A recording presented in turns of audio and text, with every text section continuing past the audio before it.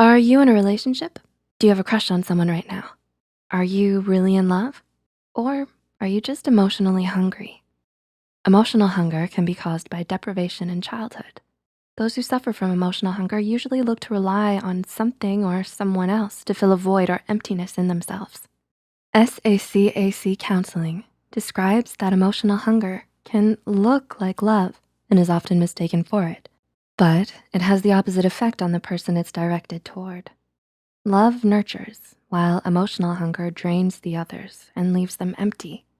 If you started your relationship in desperation with only attention and affection in mind, it's best to evaluate if that desire is being mistaken as true love. So, how do you know if you're confusing emotional hunger for love? Well, here are 6 signs that you are emotionally hungry. Number 1, you seek approval and adapt to what others want. Do you jump to conclusions about what others think of you? Well, if you often determine how others view you, that is a sign of emotional hunger.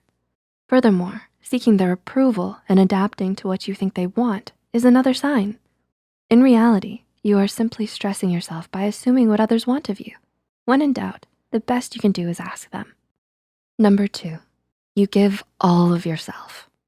If you're emotionally hungry for a relationship, odds are you'll seek it from just about anywhere. This means you could be giving too much of yourself when you finally do get a hit of what it is you think you need. Are you always available for your partner? Do you overly do favors for them at the risk of your own needs? You may view that giving all of yourself will ensure the relationship will last. In reality, your needs should be met as well. Doing so can give you the confidence needed to lessen your emotional hunger. Number 3, you are dependent on social status. Those who suffer from emotional hunger may seek out their needs by having many friends. The more the healthier, or that's what they think. They may suffer from low self-esteem, so they seek out comfort and validation from a strong social status. They may even feel a strong attachment to someone who has high status as a way to have validation through them. If their emotional reserves are not met, they believe a high social status could be a fix. While support from friends is helpful, it's also a great idea to look inwards and find what it is you need from yourself first. If you work towards having a positive self-image, your emotional hunger should lessen over time. Number 4, you don't have boundaries. Do you struggle with boundaries in your relationships? This is also a sign. It's best to learn to respect your partner's boundaries and set some healthy ones if you don't already have them. Quality time together with your partner is great, but it's also healthy to be alone sometimes or experience new things with new groups of people.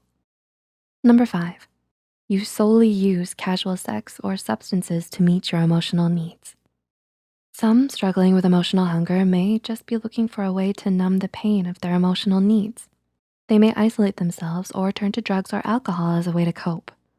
Avoiding important feelings by seeking certain numbing or thrilling sensations is just another sign of emotional hunger. Another way this can show itself is through using casual sex solely as a way to have your emotional needs met.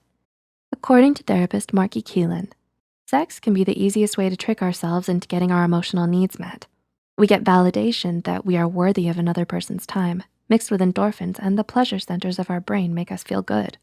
And number 6, you're overly clingy.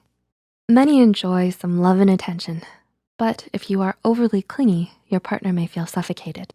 Emotionally hungry individuals may show their devotion and affection early in the relationship. Similar to giving too much of yourself in a relationship, some individuals can be overly clingy as a way to ensure the relationship will last. While attention and affection are of course a healthy part of a relationship, some can mistake this desire for constant affection and attention as love. According to SALAC counseling, when a person grows up without love or affection as a child, that manifests itself into a strong need for emotional closeness as an adult. To get this need met, a deprived person may latch onto a romantic partner or even their child. The result is an emotionally draining relationship where the victim is constantly having their emotional energy drained by the deprived person. So, did you relate to any of these signs? If so, what steps do you plan to take next?